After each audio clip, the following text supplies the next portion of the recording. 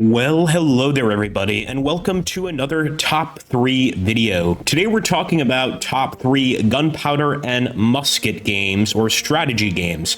We're going to call the gunpowder and musket era the era between the early 18th century to maybe the mid 19th century.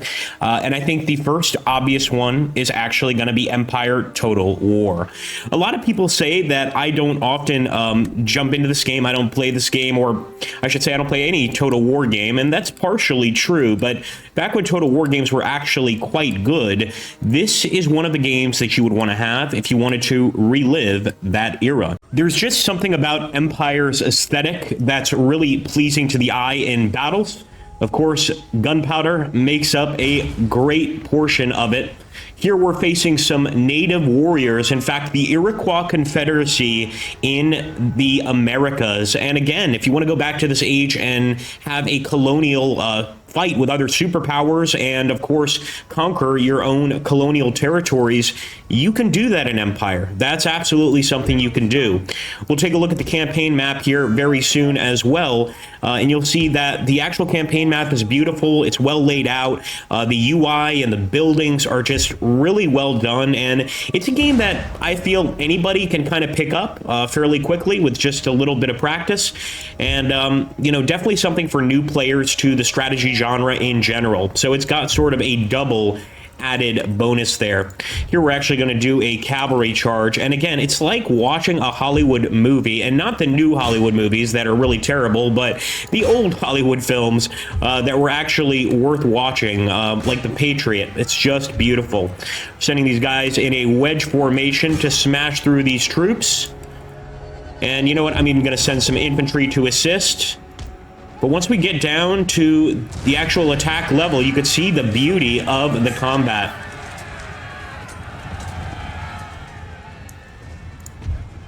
They're flanking us pretty badly, so I want to get this infantry out there, but thankfully we do have a wedge formation that should crush the enemy right here.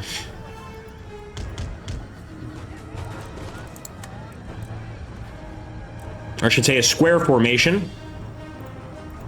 Do the same here, and another cool thing is these formations that I'm doing, these come from the tech tree that your nation has to start. Your nation, just like any other, needs a tech tree. It needs to learn things, and the square formation is an advanced battle tactic that you actually have to unlock. As you can see, it doesn't always hold off the enemy.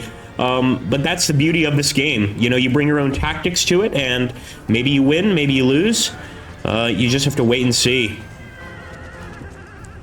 Be nice to get a flanking charge on that enemy unit. And look at that, the square formation has held.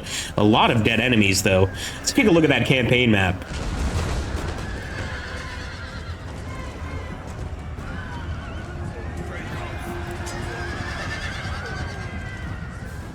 One more volley, one more volley.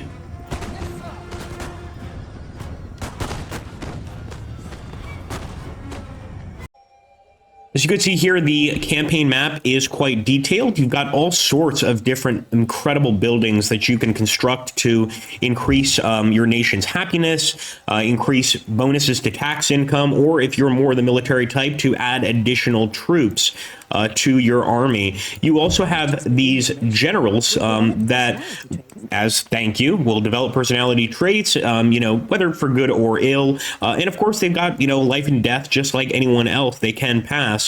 And the other cool thing, of course, is your government.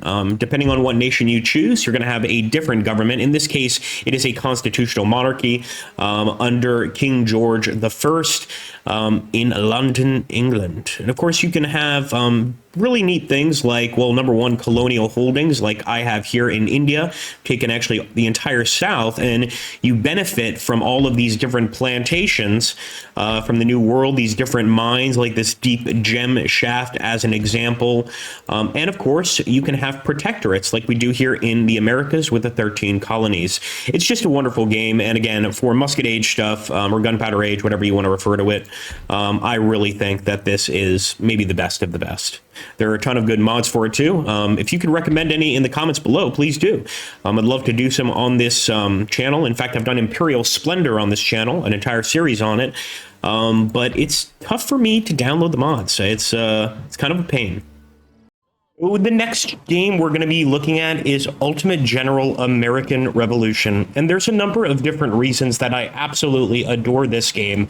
But one of the things that I really like are the actual visuals. So this company has made games before focusing on the American Civil War, and this is the first sort of game that they decided to do in the Powder Age. In fact, I would say the first revolution of the Powder Age, of course, and quite a fascinating one. And as you can see, you've got a map of the United States. You've got those Musket Age style portraits for each general, as you can see here. And of course, you've got different towns. In this case, the thing I really love about the game as well is the fact that you are, you're a revolutionary. You need to fight, in this case, against the strongest army in Europe at the time. So it's quite something to live up to, as you can imagine, and not always an easy task. And that's something that I think the game does really well.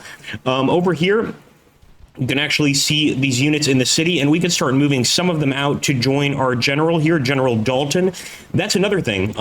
In this game, you play a campaign, which, by the way, you can play as either side, either the colonials or the British, and you create your very own general. And this general, over time, sort of rises through the ranks. Now, the campaign map is beautiful.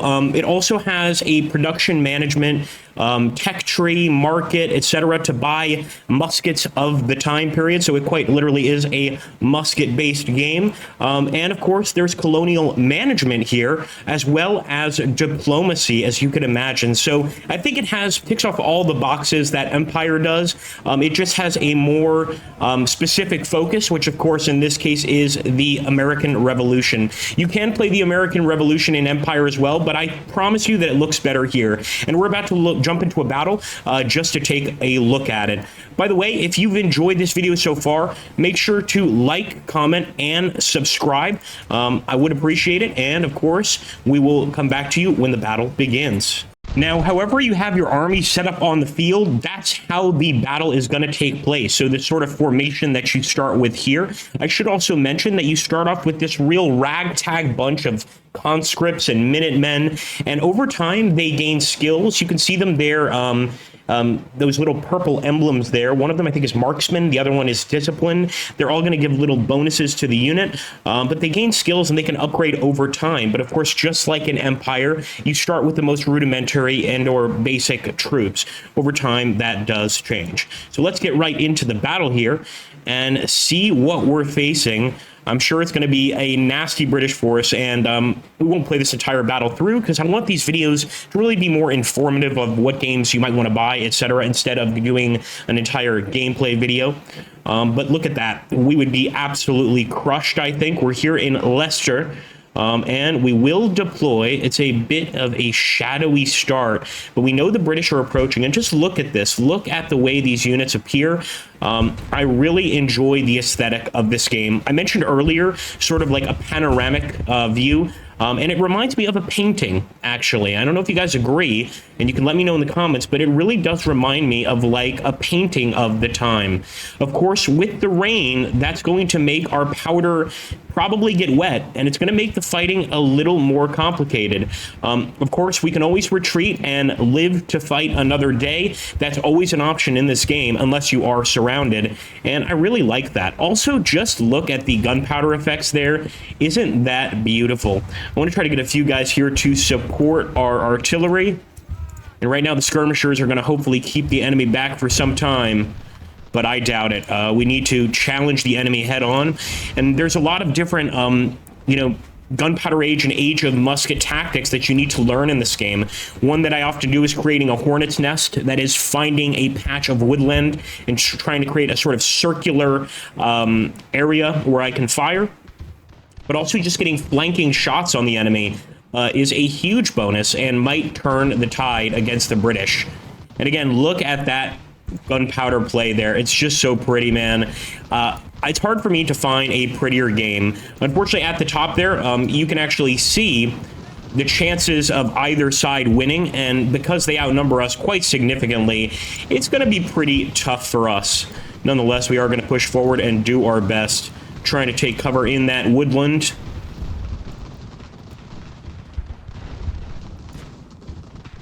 All right, and as you can see, of course, there is charging, and the British are charging us on that left side. That's got to be damn effective. Given some time, we could get a canister shot, but just like in Empire, we need to research it in an effort to unlock it.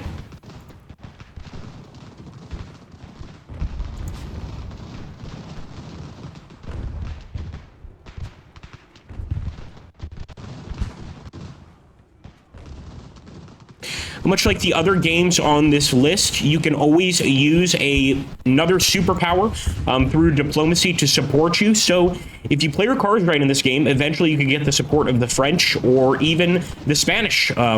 Anything is possible, and it can get quite interesting. And look at those bodies on the ground. I love the representation of the casualties in these games, and this game does it just as well as the others.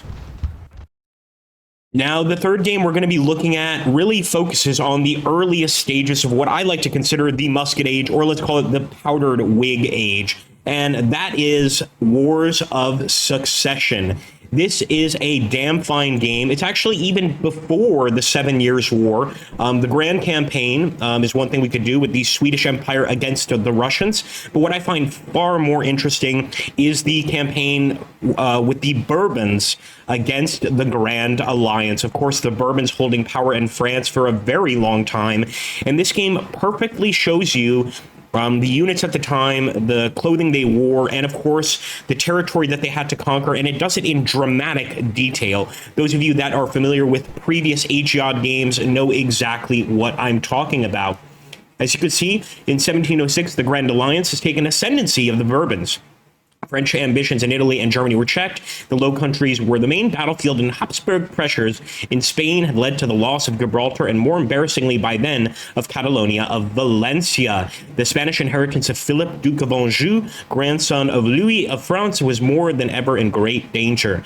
And ain't that the truth? That's the way the game starts. Now, as you can see, there is meticulous detail drawn to each general, to the units underneath them, and just really, really fascinating little unit cards here. Now, this game, I'm not going to lie, like most Ageod games, definitely requires a little bit of patience, let's say. But you can always use these overlays as an example to really simplify the game, make it a bit easier for yourself. And there is just, again, so much here. In terms of action, I won't lie, you know, it's not like the previous two games where you actually get to see the battles and all that fun stuff. It's a sort of different kind of action, as it were.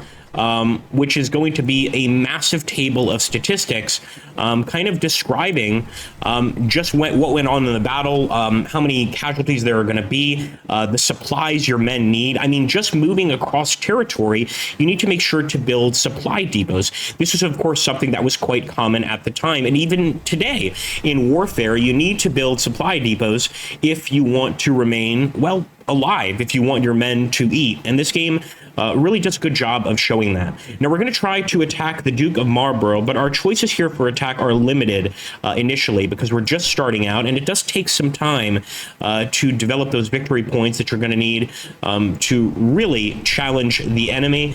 But as you can see, love the powdered wig look. It's really doing that perfectly. You could split these armies and rearm them as you wish. There is also a military recruitment mode, as you can see down here, so you can get a bunch of different units. Of course, you're going to need the cash to pick them up, but it is an option in this game to do that. And there's also a separate map, or excuse me, a separate sort of, I guess it's called National Ideas. Let me see if it's over here. The Strategic Atlas, that's right.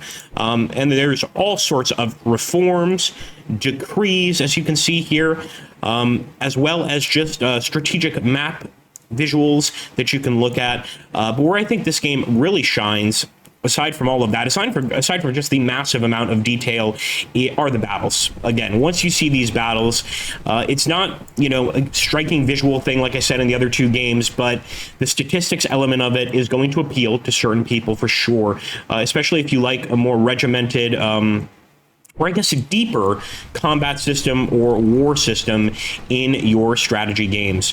Now, pretty much that's it. Now, there's a lot more we could do. We have a lot more forces around the map, including Vendôme's. In fact, we could try to attack Genova.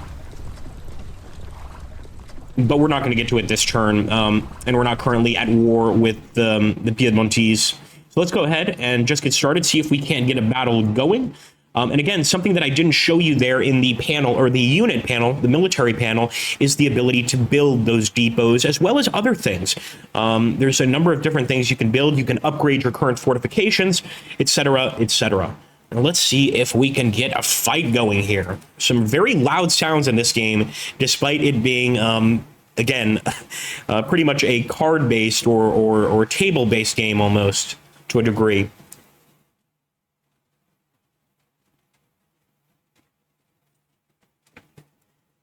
And if you have gotten to this part of the video, let me know what your favorite game of this period is. Again, remember, early 18th century, even earliest 18th century. I'd say the mid-19th century is what I would consider really the Musket age.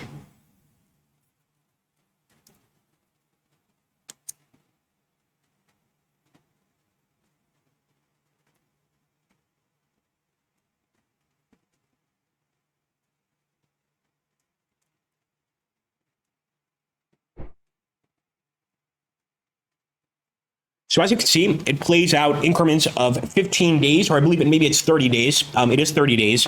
And kind of what happens in that time. There's also naval warfare, which I didn't touch upon in the previous two games, but I would say Empire, if you want proper naval warfare, is damn good. It really is. There are better naval games, but from these three, I would say that is the best. Oh, look, Portugal.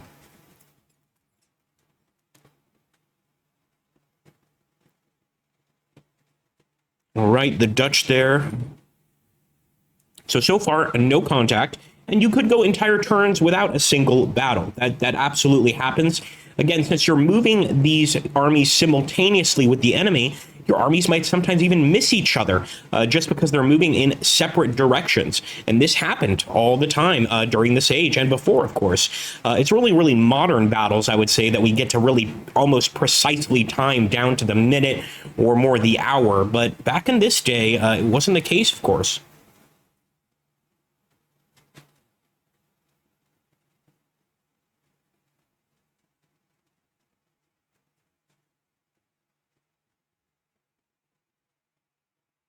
We didn't move our Hungarian units either. We could have moved them. They are on our side big time.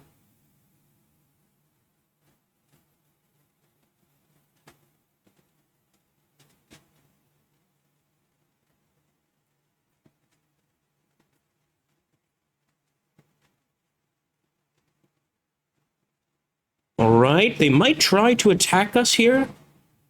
Let's see if Commercy will actually cross the river, the Rhine here. And there we go. That's what I was looking for.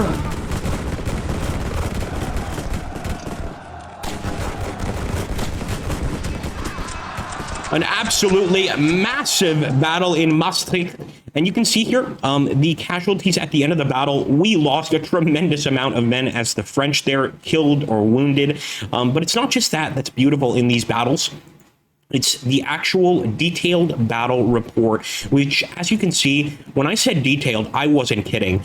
This game perfectly represents everyone down to the captain level of these conflicts and of these armies, people that you would only read about in obscure history books. I mean, I think it's fascinating. And they go to great detail, great length here to give you that representation. And I think it's just beautifully done. Now, sometimes you can choose your battle formation. In this case, we were on an offensive posture, but that's just our posture. But I guess since the Duke of Marlborough met us in battle, we didn't have time to choose that battle formation. By the way, down here, the little prison icon are units that have been captured. So we both captured some of each other's units.